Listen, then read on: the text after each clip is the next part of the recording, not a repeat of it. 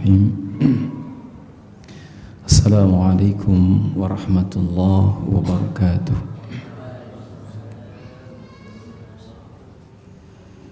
Alhamdulillah. Alhamdulillahilladzi lam yattakhidh walada wa lam yakul lahu syarikun fil mulk ولم يكن له ولي من الذل أشهد أن لا إله إلا الله وأشهد أن سيدنا محمدا عبده ورسوله اللهم صل وسلم وبارك على نبينا محمد وعلى آله وأصحابه أجمعين.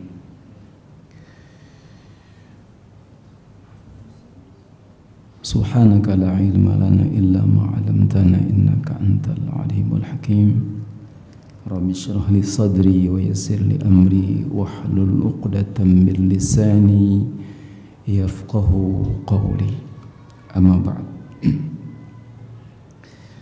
Alhamdulillah, Bapak dan teman-teman semua yang dimuliakan Allah.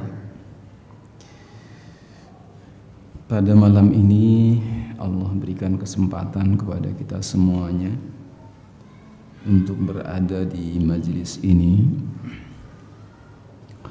dan wabil khusus buat para santri dari Baitul Quran yang dari mulai pagi tadi subuh tadi sudah dari kemarin malah dari tadi dari tadi terus membacakan Quran luar biasa. Di berapa tempat di sini, terus musola yang pinggir jalan tuh namanya, lupa ya, ada berapa tempat, 3 atau 4 jadi banyak ya. Babul Jannah juga, Masya Allah. Tentu sebuah suasana yang mungkin unik juga ya Pak ya. Biasanya yang begini itu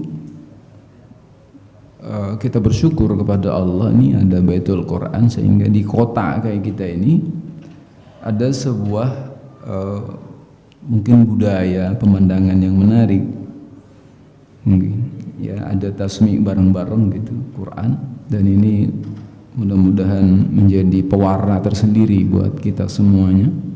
Karena biasa di kampung ini biasa begini, di karang pesantren biasa seperti ini. Dan alhamdulillah kita sekarang ketiban pulung apa ketiban apa ini. Alhamdulillah kita bisa merasakan itu gitu ya. Walaupun tentu di antara kita nggak bisa selamanya menyimak apa yang mereka ini bacakan, karena lama juga ya duduk dengerin gitu ya. Subhanallah. Mudah-mudahan teman-teman semuanya berkat Al-Quran menjadi mulia insya Allah. Sederhana sih sebetulnya, dan ini menjadi motivasi saya sendiri. Kalau Al-Quran itu berada pada sesuatu itu umpamanya Quran ada di kertas, maka kertas itu yang biasanya mungkin selembar begini nih, bisa juga umpamanya terbang kemana-mana dan kemudian berada di tempat sampah gitu. Tapi kalau ada Al-Qurannya itu nggak berani orang nih. Ya, kalau ada ayat Qurannya orang nggak berani menaruh sembarangan, meletakkan kertas yang ada ayat Qurannya sembarangan, nggak berani orang. Bahkan kalau misalkan jangankan itu, orang yang mungkin nggak ngerti Quran atau huruf Arab itu, kalau di Arab itu kan Quran ya berbahasa Arab kan gitu ya. Ketika melihat sobekan koran itu lain masukin ke sini apa, ke peci itu, wah nih orang ini kok sembarangan Quran kok taruh di mana-mana, padahal koran isinya memang berita gitu kan, dia lipat taruh sini. Ketika ketemu ustadznya, Ustadz, ini orang sini sembarangan nih. Kenapa emang Quran taruh di mana-mana? Lihat, saya lihat nih, saya taruh di sini. Pasti lihat sama ustadznya, nih mana Pak ini? Oh, ini emang Arab. Tapi ini iklan produk nih. Iklan produk ini gitu ya. Jadi itu. Bayangkan di kertas ini kalau ada ayat Al-Qur'annya, nggak berani orang untuk sembarangan itu. Gitu ya. Bayangin Quran ada di kertas sehingga kertas jadi mulia. Nggak sembarangan orang menempatkan ini semua. Ketika disusun, umpamanya di perpustakaan, di maktabah, di perpustakaan, di rak gitu ya, Quran itu disusunnya nggak di bawah gitu. Ini hati-hati mungkin barangnya Bapak ya, teman-teman semuanya meletakkan Quran itu di sini, katakanlah dia ada di atas dari buku-buku yang lain gitu. Itu adabnya ya, kalau di perpustakaan tuh ada Al-Quran nih, mushaf di atas deh, nggak boleh di bawah gitu. Itu diantaranya ya. Nah itu ke kertas tuh, kertas jadi mulia. Bahkan di sebagian la yamassuhu ilal mutahharun itu tidak boleh mengusap ini kecuali orang yang suci. Ada sebagian mengatakan bahwa itu mushaf Quran gitu. Ketika Al-Quran, ketika kita ini pegang, nggak boleh kecuali dalam keadaan berwudu suci. Berarti kertas yang kemudian di situ adalah Al-Quran itu mulia gitu. Bahkan sebagian yang kemudian dulu ingat banget saya itu ya, itu nggak boleh tuh bawa Quran kelewek-kelewek gitu ya, apa namanya? Asal begini dia pegang di sini. Ya kan gitu ya, di dada. Ingat banget saya tuh waktu itu ya segede-gede gini lah ya, gitu sama ya sampai budukan ya. Begini nih, nggak boleh tuh pegang asal Quran ya gitu ya. Kalau sekarang kan ya kadang-kadang HP itu ada Qurannya kan, ada mushafnya, ada Qurannya. Taruh di mana? Saku, celana. Makanya tuh sampai sekarang saya nggak pernah masukin selain itu tahu mushaf di Quran tuh nggak ngasih lagi di situ. Kenapa? Saya suka sembarangan naruh HP. Saya ya gitu, nggak tahu yang lain silakan. Kalau saya mamanya udah nggak nyimpen lagi. Tadi taruh mushaf di Quran, mushaf di mana? Di HP. Begitu saya lepas aja deh, nggak perlu. Ya mendingan sekarang ya udah pakai mushaf aja lah, apa susahnya begitu. Karena saya termasuk orang yang sembarangan naruhnya, nggak tertib, naruh HP di mana aja gitu ya. Gitu, kadang di bawah, kadang apa coba yo? Ya kan, kalaupun kata Ustaz wah terpaksa nggak apa-apa, kemana coba? Nggak mungkin kan kita ke WC taruh HP di luar. Kenapa ada mushafnya Quran tuh? Waduh, jangan di WC dok, taruh di luar. Berani nggak teman-teman kira-kira? Nggak berani, hilang itu HP. Kan gitu ya. Nah, sehingga memang itu barangkali, tapi itu sebagian pendapat sih ya. Kalau yang lain silakan aja. Baik, itu adanya Quran di mana? Di kertas begitu. Nah, sekarang bagaimana di orang? Ya, Quran berada di orang. Nggak kebayang kan? Sehingga orang itu menjadi mulia gara-gara Quran. Jadi teman-teman semua diinstal kepalanya, diinstal hati dengan Quran, ini beda pasti. Dan nggak usah 30 juz, satu surat saja ada dalam dada kita, yaitu apa? Tabarakalladzi biyadihil mulku wa huwa ala kulli syai'in qadir. Ada saja sesurat itu, apa ininya? Apa bisa apa itu? Apa yang akan terjadi dengan satu surat saja? Jangankan 30 juz, 114 surat, satu surat saja ada dalam dada kita. Bagaimana mulianya kita? Dia tidak akan mendapatkan siksa kubur. Itu ya, makanya subhanallah teman-teman ya, sekarang coba masukkan ke dalam pikiran hati kita Quran, kemudian kita berhias dengan Quran, fa insyaallah ya, mulia insyaallah ke depan. Baik, itu barangkali komentar saya untuk kesempatan kebetulan teman-teman berada di sini gitu ya. Dan mudah-mudahan insyaallah menggantikan kita semuanya. Saya sudah bersyukur ya, kalau kesini imamnya udah pada orang-orang hebat semua gitu ya. Itu baik, lanjut ke kajian kita.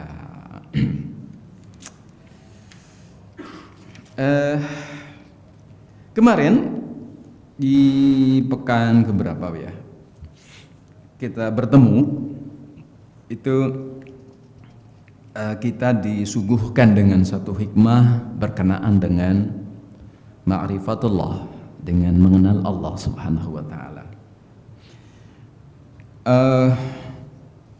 Untuk mengenal Allah yang kemarin itu Ibnu Athaillah ini menyusun rangkaian logika tentang keberadaan Allah Subhanahu wa ta'ala. Gitu ya, saya tidak akan ngulang karena ini panjang kemarin juga. Satu ini nggak sampai selesai kemarin. Saya akan lanjutkan sedikit saja dari sini, nanti berikutnya ke hikmah berikutnya. Ya, ini penggalan terakhir kata-kata yang kemudian ini jadi kesimpulannya dari hikmah yang panjang ini. Tapi saya akan cuplik ujung dari hikmah ini. Bismillahirrahmanirrahim. Laulahu ma kana wujudu kulli syai. Ya, jadi sebelumnya kaifa yutasawwaru ayuhjibahu syai'un laulahu ma kana wujudu kulli syai. Gimana enggak kebayang? Gitu ya. Sesuatu itu menghalangi keberadaan Allah. Bagaimana sesuatu itu bisa menghalangi keberadaan Allah? Kenapa? Laulahu, karena kalau bukan Allah, maka wujudu kulli syai, enggak akan ada segala sesuatu itu. Bagaimana mungkin gitu? Sesuatu selain dari Allah itu menghalanginya, menghalangi keberadaan Allah. Sementara apa? Kalau tanpa Allah, maka tidak ada akan segala sesuatu itu nggak bakalan ada gitu. Logis kan di sini? Untuk menunjukkan ma'rifatullah, keberadaan Allah itu di situ. Bagaimana bisa sesuatu menghalangi keberadaan Allah, sementara apa? Tanpa Allah tidak akan terjadi sesuatu itu, nggak bakalan ada. Gitu ya, ini logis kan? Itu ya. Maka dari itu, ya ajaba kaifa yadharul wujudu fil adam, sehingga aneh banget istilah kita mah ya, aneh banget keberadaan sesuatu itu fil adam, dari atau pada ketidakadaan. Aneh gitu ya, cukup aneh. Ada tapi dari ketidakadaan. Gak mungkin kan? Sederhana, ada suara. Bismillahirrahmanirrahim. Tabarakalladzi biyadihil mulku wa huwa ala kulli syai'in qadir. الذي خلق الموت والحياة ليبلوكم أيكم أحسن عملا وهو العزيز الغفور. Ada suara. Mungkinkah suara itu dari ketidakadaan orang? Mungkin. Mesti ada yang mengucapkannya. Mesti ada orang yang melantunkannya. Ayat Al-Quran tadi. Jadinya ini untuk mencoba meluruskan pandangan kita dan meyakinkan keimanan kita bahwa Allah itu ada. Buktinya apa? Buktinya kita ada. Karena sesuatu yang ada itu tidak mungkin dari yang tidak ada. Jelas ya? Itu kesimpulan dari ini sebetulnya. Ya, kesimpulan dari ini.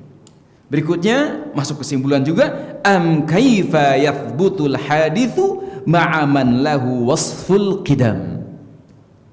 Dan bagaimana mungkin juga sesuatu yang baru itu, ya, yang baru itu bersamaan dengan yang ada sebelumnya. Karena mestinya sebelumnya juga dulu ada, baru kemudian ada yang baru. Ada yang baru, ya, ada yang baru, sesuatu yang baru itu. Sesuatu yang baru. Kalau sekarang berarti kalau kaitan dengan alam ini, ya kita ada sesuatu yang baru. Alam sesuatu yang baru. Maka sesuatu yang baru ini nggak mungkin bersamaan dengan awalnya. Mesti ada yang awalnya, mesti ada yang berikutnya. Gitu ya. Mesti begitu gitu. Ini rumusnya, dasarnya begitu. Sehingga kita yakin betul bahwa Allah itu mewujud. Karena penyebab segala yang mewujud adalah Allah Subhanahu wa taala. Itu. Ya, kalau teman-teman ini penghafal Quran, ya kan, terasa betul, apalagi kalau misalkan nanti belajar bahasa Arabnya, terasa betul Al-Quran itu adalah keberadaan Allah Subhanahu wa taala. Kenapa? Karena kata-kata yang teruntai dalam Al-Quran itu bukan kata-kata orang, bukan kata-kata manusia, bukan kalimat-kalimat manusia, bukan kata-kata manusia, bukan suratnya manusia. Betapa indahnya begitu. Mudah-mudahan ya kita semuanya mampu merasakan ayat demi ayat Al-Quran itu, bahwa terasa ini adalah memang kalam Allah Subhanahu wa taala. Apalagi kalau misalkan sampai belajar ilmu pengetahuannya, semakin yakin bahwa ini adalah bukan dari manusia, bukan bikinan orang. Sehingga semakin yakin tuh. Sehingga biasanya orang yang kemudian penghafal Quran, orang yang kemudian nanti mau mencoba memahami Al-Quran, itu semakin beriman kepada Allah Subhanahu wa taala. Bahkan di banyak kesempatan, walaupun ada juga yang kemudian dia belajar Al-Quran kemudian bisa menyesatkan orang gara-gara itu. Tapi banyak sekali orang orientalis yang belajar Quran, akhirnya apa? Yang tadinya ingin menemukan kelemahan Al-Quran, akhirnya apa? Malah dia menemukan hidayah ketika dia belajar Al-Quran itu. Kenapa? Karena memang beda, gitu, beda rasanya, begitu ya. Baik, sampai di situ hikmah yang ke-16. Ini tujuannya adalah agar kita semakin yakin kepada Allah Subhanahu wa ta'ala, adanya, kebesarannya, keagungannya, begitu. Sehingga ketika umpamanya kita melakukan aktivitas diperintah oleh Allah, itu terasa betul bahwa yang merintahkan adalah Allah yang maha besar, Allah yang maha agung, Allah yang maha pemberi segalanya. Terasa betul begitu ya. Baik, itu yang ke-16. Jadi hikmah dari yang 16 ke sana itu bercerita tentang keberadaan Allah Subhanahu wa taala, kebesaran Allah Subhanahu wa taala. Ya, berikutnya kita akan berada pada membahas hikmah berikutnya berkenaan dengan sikap seorang hamba yang kenal kepada Allah. Jadi sikap hamba yang kenal kepada Allah, siapa aja. Sekarang masuk ke hikmah yang ke-17. Ma taraka minal jahli syai'an man arada ayyuhditha fil waqti ghayra ma adharahu Allahu fihi. Nah, ini ma taraka minal jahli syai'an. Walaupun kalau bahasa kitanya ini kalau pakai sarkasme gitu, kalau ini kan memang begitu sopan beliau memunculkan istilah ma taraka minal jahli syai'an. Sebetulnya yang mengatakan, istilah kita mohon maaf ya,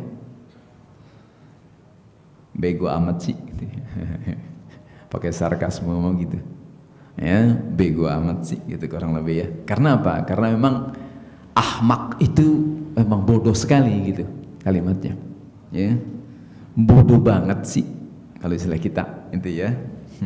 Ma taraka minal jahli syai'an gitu ya. Tapi kalau di sini sopan menyebutnya, sebetulnya kalimatnya ya Allah, orang yang paling bodoh gitu. Siapa dia? Man arada ayyuhditha fil waqti ghaira ma adharahu Allahu fihi, yaitu orang yang kepengen membuat sesuatu yang baru fil waqti, di waktu ghaira ma adharahu Allahu fihi, yang Allah tidak akan mengadakannya gitu. Orang mau sesuatu dan Allah mau sesuatu,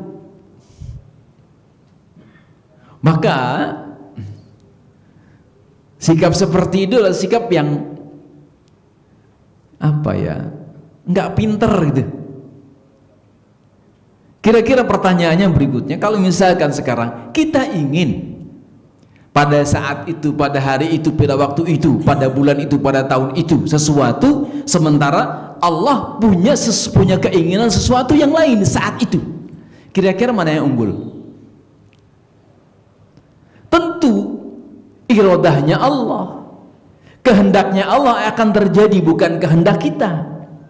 Ini dulu pernah ingat hikmah di awal-awal ketika ta'akhur doa, ketika doa itu ada delay, itu kan diantaranya kan begitu ya, bahwa doa itu adalah fil waqtil ladzi yuridu la fil waqtil ladzi turidu, di waktu yang Allah inginkan, bukan di waktu yang kamu inginkan. Ini penjelasan tambahan dari yang sebelumnya gitu. Kita ingin sesuatu di hari ini atau di bulan ini, di tahun ini, tapi kemudian apa? Di tahun itu, di bulan itu, di hari itu, jam itu Allah keinginan lain, maka akan terjadi pasti yang Allah inginkan, kan gitu. Pasti yang Allah inginkan, bukan yang kita inginkan. Nah, dikatakan kalau seperti itu, maka orang ini adalah orang yang bodoh kebangetan gitu ya, bodoh kebangetan. Baik, kalau gitu kita nggak boleh punya keinginan dong ya, kita nggak boleh pengen apa-apa dong ya, gitu ya. Wong segala sesuatu yang kita inginkan tergantung Allah yang inginkan. Kita ingin A, katakanlah di hari Ahad besok, tapi kemudian Allah punya keinginan lain di hari Ahad itu, bukan A tapi B buat kamu, gitu kan? Bisa kan begitu? Bisa. Kalau misalnya kita memaksakan itu, waduh, sia-sia belaka. Kenapa? Nggak bakalan terjadi.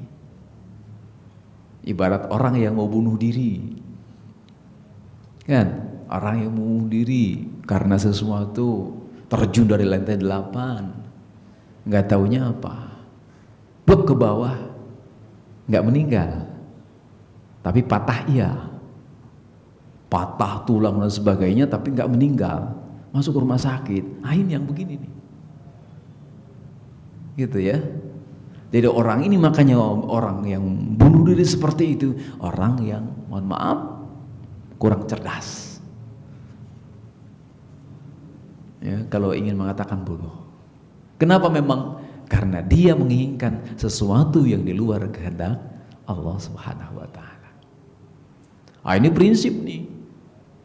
Ya, kalau kita kenal Allah, maka kita ikutin tentang sebab-sebabnya. Ini juga ada hikmah yang lalu, bahwa orang itu tajrid, ya, totalitas ketika minta kepada Allah, tapi kemudian meninggalkan sebab-sebabnya, gitu, maka dikatakan ini termasuk orang yang punya syahwat yang khafiyah, punya punya keinginan yang tersembunyi di situ.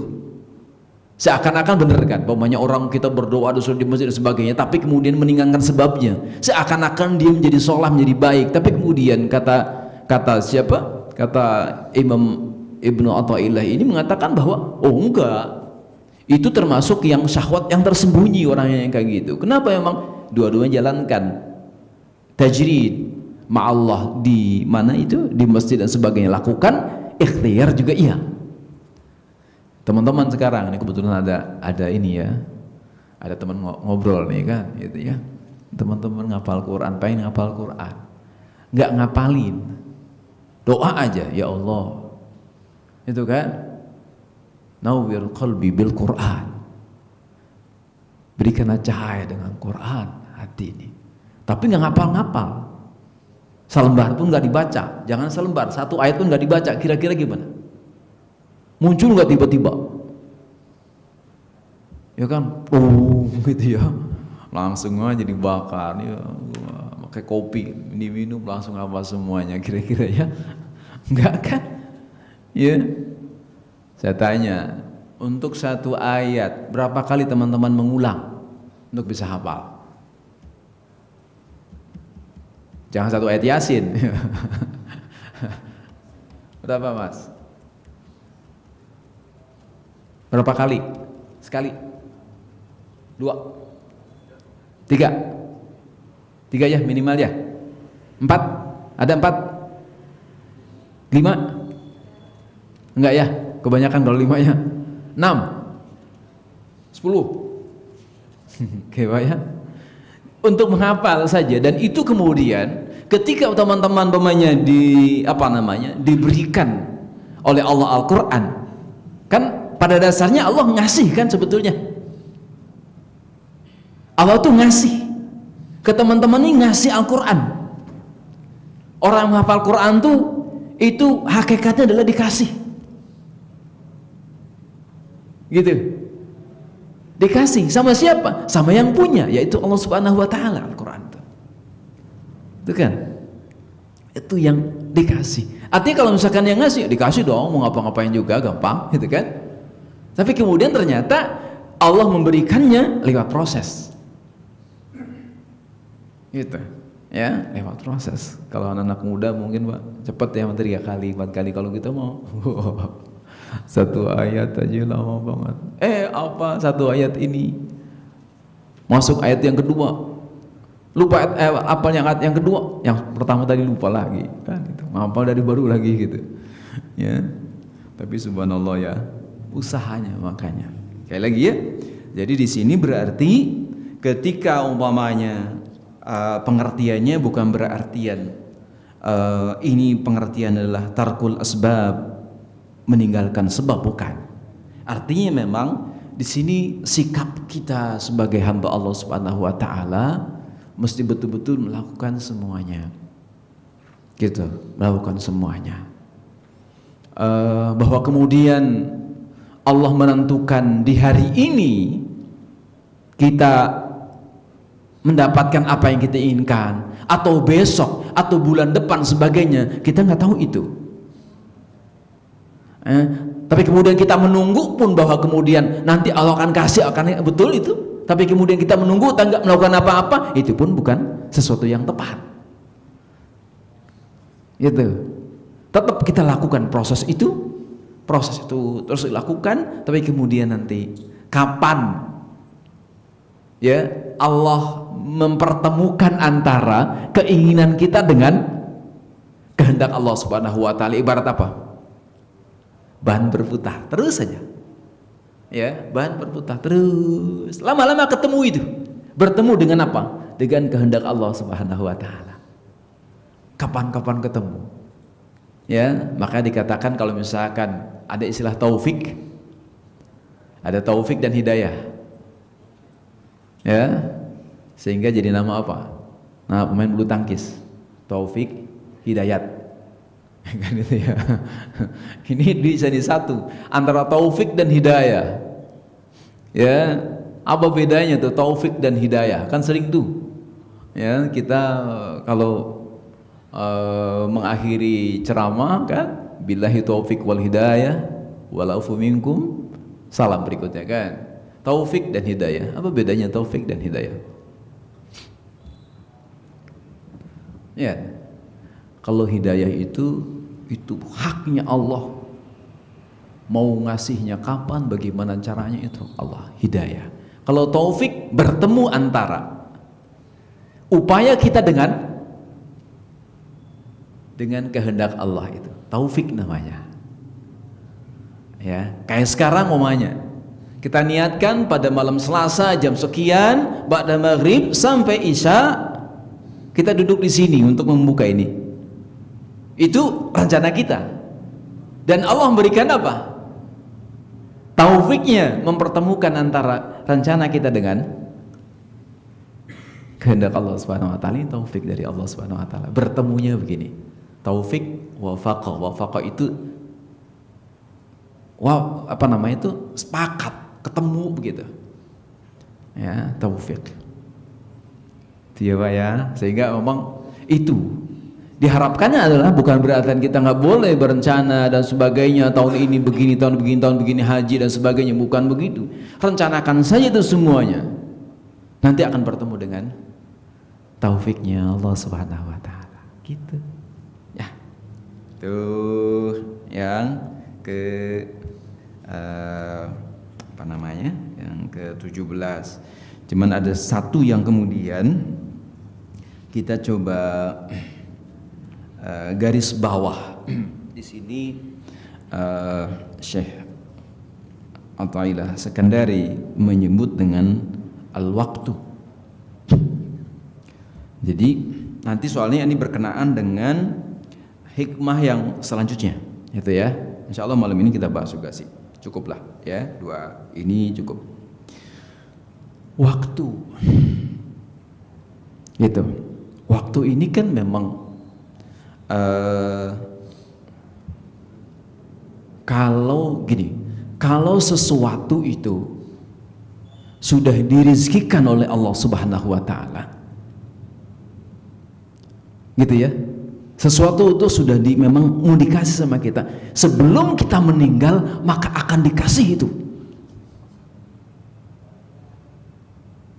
Lalu ya, ini jatah rezeki segini. Ya, segini contohnya nih, ini sederhananya, meja ini. Nah, katakanlah baru dikasih segini. Maka sebelum rezeki ini diberikan semuanya, Allah masih berikan kesempatan untuk hidup. Artinya Allah akan kasih segini jatah kita. Gitu kan?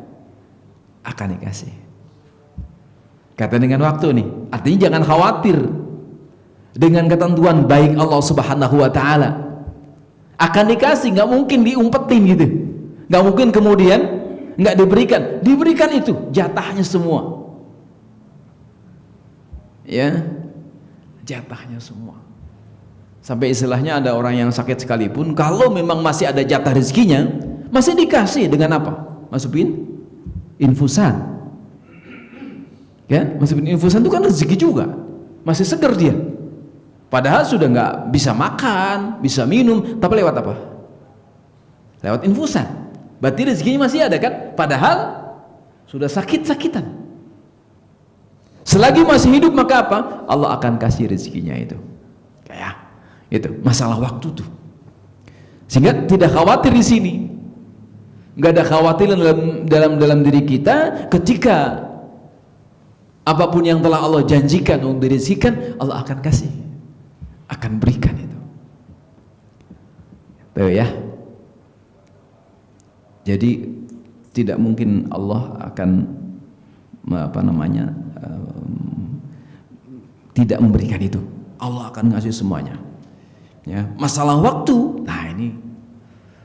Ya, sehingga apa? Bentangan waktu dalam sepanjang hidup kita ini, itulah waktu kesempatan kita. Maka dari itu kita tidak boleh putus asa di sini. Tidak boleh putus asa. Saya mau sudah tua, nggak mungkin lah ngapal tabarok.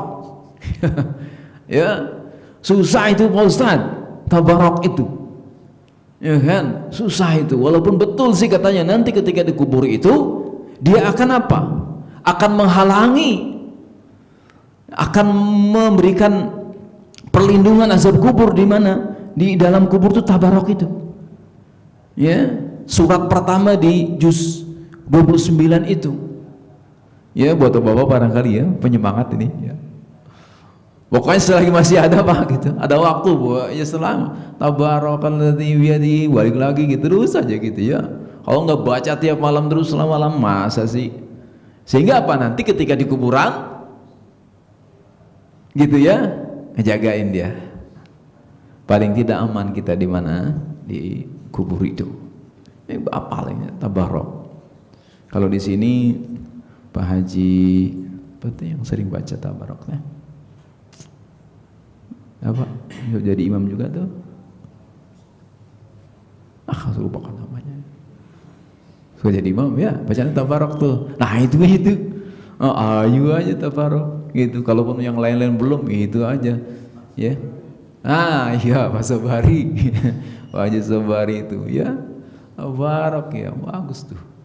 Ya, sehingga apa? Wah, kita siapin tabarok. Pokoknya sebelum itu tabarok hafal gitu. Bisa nggak? Bisa, ya kan? Kalau mau bareng-bareng nggak apa-apa ya. Kalau kemarin belajar tahsin di sini boleh tabarok tiap Jumat malam, ya kan? Bareng-bareng aja, lama-lama apa coba deh. Malam Jumat, ya kan? Atau Jumat malam ngumpul di sini, habis maghrib sampai isya tabarok, ya satu ayat muter gitu. Ya insya Allah hafal tuh ya berapa ayat, 30-an ayat kan. Kalau semalam Jumat malam satu ayat kan cuman 30 malam tuh kalau nggak tabarok. Ayo boleh ya. Tabarokan ya gitu. Syukur-syukur tiap malam dibacanya, subhanallah kalau tiap malam ya. Kenapa? Karena janjinya baca malamnya tabarok, baginya Allah mengampuni dosa kesalahan kita. Dan itu ya masalah waktu. Ya buat teman-teman juga begitu yang menghafal Quran kan, ada yang hafalnya itu namanya setahun beres, 2 tahun beres, 3 tahun beres. Ada yang sekian tahun nggak beres-beres kan, ada kan? Ya, ada nggak selesai kan? Ada tuh. Tapi ingat kemudian jangan pernah menyerah teman-teman semuanya. Kenapa? Temukan antara apa? Antara keinginan kita dengan taufiknya Allah Subhanahu wa taala. Dengan kata lain gini, ya, mumpung ini ya, Pak ya, mohon maaf ya nyinggung teman-teman ini biar semangat. Gitu ya. Ada begitu memang ya, ada yang suka belum beres-beres sih kan. Jangan khawatir teman-teman semuanya. Pertanyaannya adalah kita menghafal Quran. Pertanyaan berikutnya, itu kan mau ya. Gitu kan? Kita punya irodah, punya kemauan untuk itu. Pertanyaan berikutnya adalah, boleh nggak sih kita punya kemauan? Boleh nggak kita mau hafal Quran? Boleh kan? Boleh. Gitu kan? Boleh. Ya kan? Boleh. Kita menghafal Quran. Gitu, nggak dilarang, bahkan dimuliakan kan? Gitu. Sekarang kalau misalkan kita mau menghafal Quran, sekarang begini, hafal Quran kan pemberian Allah. Allah mau ngasih nggak? Mau memberi nggak? Halo? Mau kan? Kenapa kalimatnya kan fa idza sa'alaka ibadi anni fa inni qarib. Berikutnya apa? Ujibu. Apal kan? Ujibu. Siapa yang bilang begitu? Allah. Langsung kalimatnya ujibu. Bukan nujibu. Bukan yujibu, tapi ujibu. Allah yang akan menjawabnya. Kalau sekarang Allah yang menjawabnya, ujibu, ragukah kita? ragukah kita bahwa Allah akan mengabulkan permintaan kita? Nggak ragu kan? Siapa yang meragukan itu? Nggak ada keraguan. Itu kan? Jangankan itu. Ini teman-teman punya ustadz, punya guru. Ragukah dengan guru-guru? Terutama Bi Muslih umpamanya. Nggak ada keraguan kan? Kalau sama guru-guru saja nggak ada keraguan, apalagi sama Allah. Gitu ya? Apalagi sama Allah, pasti itu. Sehingga apa, masalah waktu ini mungkin berbeda-beda. Ya silakan saja, tapi kemudian Allah akan memberikan itu semuanya. Itu kira-kira berinteraksi dengan Allah Subhanahu wa taala. Berikutnya, nyambung ke hikmah yang selanjutnya, karena ini berkelindan dengan hikmah selanjutnya. Apa itu? Ihalatukal a'mala ala wujudil faragh mir'unatin nafsi. Gitu ya. Ihalatukal a'mala ala wujudil faragh min ru'unatin nafsi. Artinya apa ini? Kita kan pengen melakukan sesuatu, gitu ya. Tapi kemudian berikutnya ada sikap kita yang kayaknya ini perlu kita luruskan. Kenapa? Karena memang dikatakan ihalatuka a'mala ala wujudil faragh. Kita pengennya begini. Nanti deh pas lagi lagi leluasa, lagi faragh, lagi enak, lagi macam-macam nih. Sehingga apa? Kita nunda, taswif. Nanti tar besok. Gitu. Ya. Kita menunda pekerjaan atau amal ini ke nanti ketika faragh. Faragh itu artinya apa? Pas lagi lowong, lagi kosong, lagi macam-macam itu. Ya, macam-macam itu. Nantilah ngapal pasti pesantren aja lah, gitu ya. Atau pas apalah, gitu ya. Padahal ada waktu, gitu, ada waktu, ditunda begitu. Ya. Padahal ada waktu, ditunda. Nanti. Taswif namanya. Saufa